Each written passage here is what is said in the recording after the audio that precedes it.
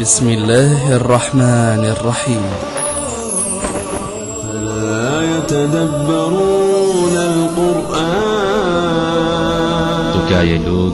قرآن میں ذرا بھی غور نہیں کرتے یا ان کے دلوں پر تالے پڑے ہوئے ہیں؟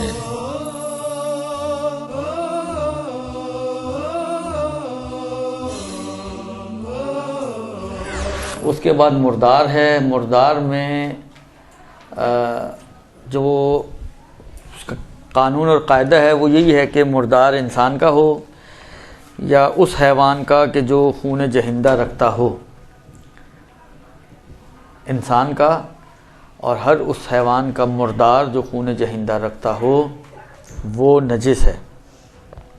چاہے وہ خود بخود مر جائے، چاہے اس کو شرعی طریقے کے علاوہ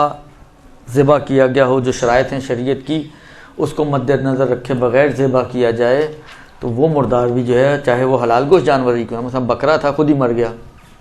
دو بکروں میں لڑائی ہو گئی، ایک نے دوسرے کو ٹکر مار دی، اس کا پیٹ پھاڑ دیا، وہ مر گیا، ہارٹ اٹیک ہو گیا، مر گیا، کسی بھی وجہ سے خلاصہ جس کو کہیں کہ یہ بکرا شرعی ذبح کے علاوہ مر جائے، یا نہیں ذبح تو کیا تھا لیکن شرائط کا خیال نہیں رکھا گیا،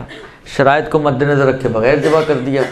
تو اس صورت میں بھی یہ جو ہے بکرا چاہے حلال گوشت جانور ہے لیکن اس کا مردار جو ہے وہ نجس ہے. اصل قانون یہ ہے، یہیں سے سمجھ میں آتا ہے یہ بات تو اگر حیوان کو شرعی طریقے کے مطابق ذبح کیا جائے تو پھر اس کی جو میت ہے وہ نجس نہیں ہے، بشرط یہ. اچھا، اب یہ ایک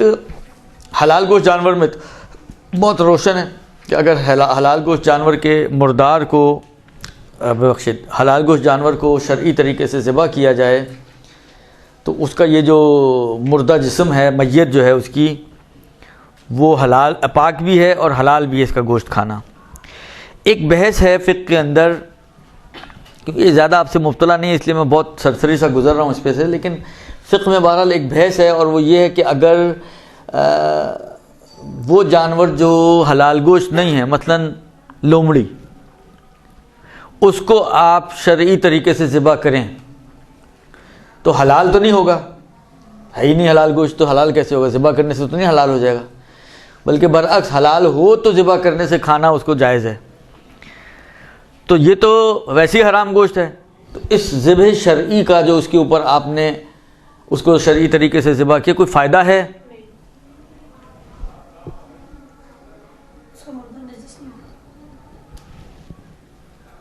سر جب وہ ہے ہی حرام گوشت تو حلال طریقے سے ذبح کرنے سے کیا فرق پڑ جائے گا؟ یہی سوال ہے کہ فرق پڑے گا یا نہیں پڑے گا. نہیں پڑے گا، کیونکہ چیز ہی حرام ہے تو پھر اس کو کچھ بھی آپ کرتے ہیں حلال تھوڑی ہو جائے گی. نجس اور پاک تو میں نے تو پہلے ہی کہا کہ حلال نہیں ہوگا، حلال کر کون رہا ہے اس کو؟ وہ تو میں نے پہلے ہی کہا کہ ذبح کرنے سے یہ حلال تو نہیں ہوگا، اس لیے کہ جو حلال ہو اس کو ذبح کیا جائے، حلال گوشت ہو ذاتی طور پر اس کو ذبح کیا جائے تو کھانا جائز ہو جاتا ہے. یہ ویسے ہی حرام گوشت ہے تو ذبح کرنے سے کوئی حلال گوشت تو نہیں بن جائے گا، تو وہ تو میں نے پہلے ہی منع کر دیا. میں کب کہہ رہا ہوں کہ اس کو ہم حلال فائدہ، اس کو حلال گوشت بنانا چاہ رہے ہیں ہم، یہ جادو تو نہیں ہوگا، لیکن کچھ اور فائدہ مل سکتا ہے. ایک بحث ہے فقہ میں، کہتے ہیں کہ ہاں ایک دو فائدے اس کے مل سکتے ہیں. ایک تو یہی کہ اس کا مردار پاک ہو جائے، دوسرا یہی کہ اس کی کھال پاک ہو جائے. یہ جو کھال ہے اس کی، وہ اللہ اگر صحیح طریقے سے ذبح نہ ہو تو اس کی کھال نجس ہے، لیکن فرض کریں کہ اگر اس کو شرعی طریقے سے ذبح کر کے اس لومڑی کی کھال اتار کے اس کی کوئی جیکٹ بنائی جائے تو یہ جیکٹ نجس نہیں ہے. یعنی اگر پسینہ آئے آپ کو اس جیکٹ میں، یا کوئی تری آپ کے اوپر پانی گر جائے، آپ بارش میں گزر رہے ہوں، بارش کی وجہ سے وہ گیلی ہو جائے، تو نہ آپ کا لباس نجس ہوگا نہ آپ کا بدن نجس ہوگا. البتہ نماز اس میں نہیں ہو سکتی کیونکہ حرام گوشت جانور کے اجزاء کا نہ ہونا یہ ایک الگ شرط ہے. لباس نمازی کا پاک ہو یہ ایک شرط ہے، نمازی کے لباس میں حرام گوشت جانور کے اجزاء نہیں ہونے چاہیے ایک دوسری شرط ہے. پاک ہے یہ جیکٹ مثلا، لیکن ہے تو حرام گوشت جانور کی بنی ہوئی نا، نماز اس میں نہیں ہو سکتی، لیکن طہارت کے احکام اس کے اوپر جاری ہو سکتے ہیں. تو یہ ایک بحث ہے فقہ میں، لیکن میں کہا نہیں اتنا ہمارے یہاں پیش آنے والا مسئلہ نہیں ہے. صرف یہ جیکٹس وغیرہ میں پیش آ سکتا ہے البتہ، اس لیے اس کو میں سرسری صاحب کی خدمت میں صرف اشارہ کر دیا۔ اچھا، یہ جو مردار نجس ہوتا ہے، فرماتے ہیں کہ وہ اجزاء کے جن میں روح ہوتی ہے وہ نجس ہوتے ہیں۔ وہ اجزاء جو بے جان اجزاء ہوتے ہیں، بال ہیں، ناخن ہیں، دانت ہیں، یہ بے جان اجزاء ہیں، یہ نجس نہیں ہیں، سوائے کتے اور سور کے، کہ اس کے تو پورا بدن سر سے لے کر پیر تک جو کچھ بھی اس کے اندر ہے سبھی نجس ہے۔ لیکن کتے اور سور کے علاوہ باقی جو حرام گوشت جانور ہیں یا حتیٰ حلال گوشت جانور بھی اگر مردار بن جائے، نجس مردار جہاں پہ اس کا جسم نجس ہے، تو وہ نجاست اس کی منحصر ہے ان اجزاء تک کہ جن اجزاء میں روح ہوتی ہے۔ روح والے اجزاء جو ہیں وہ نجس ہیں، مثلا اس کا گوشت ہے وہ نجس ہے، لہذا اس کو اگر آپ ٹچ کریں گے اور ہاتھ آپ کا گیلا ہے تو آپ کا ہاتھ نجس ہو جائے گا۔ لیکن فرض کریں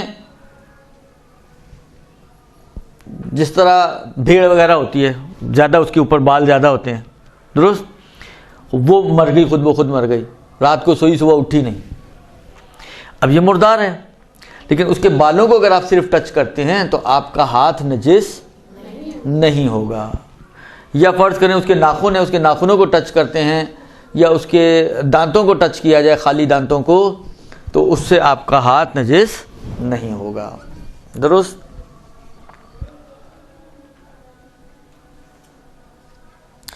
اچھا، ایک یہ بھی مسئلہ بہرحال ہمارے ہاں پیش آنے والا مسئلہ ہے، بعض اوقات جو حالات اور اس وقت صورتحال ہے اس کے اعتبار سے بہت پیش آتا ہے کہ اگر انسان کے یا خون جہندہ رکھنے والے حیوان کے جسم سے اس کی زندگی میں کوئی حصہ جدا کر لیا جائے، صحیح ہے، وہ حصہ کہ جس میں روح ہوتی ہے، مثلا بعض اوقات ہوتا ہے جی ہاتھ کاٹنا پڑے گا، ٹانگ کاٹنی پڑے گی، یا وہ دمبے ہوتے ہیں جو ان کے پیچھے چربی کی چکی ہوتی ہے وہ چکی اتار دی جاتی ہے بعض اوقات۔ تو کوئی بھی جسم کا حصہ کہ جو روح والا حصہ ہوتا ہے اس کی زندگی میں اگر اس سے جدا کر دیا جائے تو یہ کیا ہوگا، یہ پاک ہے یا نجس ہے؟ فرماتے ہیں کہ یہ آغا سیستانی کہتے ہیں نجس ہے، ان کے نظریہ پاک کا ہے، لیکن آغا سیستانی کا اور دوسرے فقہا تمام کا تقریباً کم و بیش جتنا میرے ذہن کام کر رہا ہے، ان کے علاوہ باقی فقہا جو ہیں وہ اس کو نجس مانتے ہیں، کوئی اجتہاد ہے دیگر۔ اچھا، یہ ایک مطلب۔ اسی طریقے سے مثلا فرض کریں مثلا کھال وغیرہ جو ہے بعض اوقات انسان نوچ کے نکال لیتا ہے اپنے، خاص طور پہ ہونٹوں وغیرہ سے، درست، ہاں سبھی نوچتے ہیں لگتا ہے یہاں پر سب کے سر ہل رہے ہیں۔ یہ کھال میں جو نوچ کے نکال رہا ہوں اپنے ہونٹوں سے، یہ نجس ہے یا پاک ہے؟ فرض کریں اتفاق سے وضو، مثلا وضو کر کے آئے، ہاتھ بھی گیلے ہیں مثلا یا چہرہ بھی گیلا ہی ہے، آپ نے جو ہے کھینچا تانی شروع کی اور کھال کا پیس آپ کے ہاتھ میں آ گیا، تو یہ اب آپ کا ہاتھ نجس ہوا یا نہیں ہوا؟ پاک رہے گا، درست۔ اس میں بھی بہرحال فقہا کا نظریہ تھوڑا سا مختلف ہے ان سے، یہ پاک والوں سے، درست۔ اگر سیستانی جو فرماتے ہیں وہ یہ فرماتے ہیں کہ دیکھیں دو صورتیں ہوتے ہیں، ایک مرتبہ یہ ہوتا ہے کہ ایک کھال بالکل لٹکی ہوئی تھی، اتنی زیادہ لٹکی ہوئی ہے کہ مثلا اگر آپ کھینچ لیں گے تو آپ کو پتہ بھی نہیں چلے گا کہ اذیت وغیرہ نہیں ہوتی، یعنی وہ ساتھ چپکی ہوئی ویسی ٹائپ کی نہیں ہے، یعنی مردہ ہو چکی ہے بالکل ہی، درست۔ اگر اس کو کھینچا گیا ہے تو مشکل نہیں ہے، پھر تو ان کا نظریہ صحیح ہے، جس نے بھی کہا ہے، میں نے نہیں دیکھا کس نے کہا بارہ، تو ان کا نظریہ صحیح ہے کہ وہ پاک ہے۔ لیکن اگر نہیں، مثلا ایسی نہیں تھی، مثلا آپ کو درد بھی ہو رہا ہے بعض اوقات، حتیٰ بعض اوقات آپ اتنی چپکی ہوئی کھال کو کھینچتے ہیں کہ وہ مثلا خون بھی نکل آتا ہے بعض اوقات، حالانکہ فرض کریں خون نہ بھی نکلے اور صرف درد وغیرہ کی حد تک ہی ہو، تو ان کی تعبیرات سے ایسا محسوس ہوتا ہے، یعنی کیونکہ انہوں نے یہ شرط لگائی ہے کہ اگر وہ اس قسم کی ہو کہ آسانی سے کھینچی جا سکے اور اس کے اندر روح نہیں تھی، یعنی وہی مردہ ہو چکی تھی، تو مشکل نہیں ہے، پاک ہے وہ۔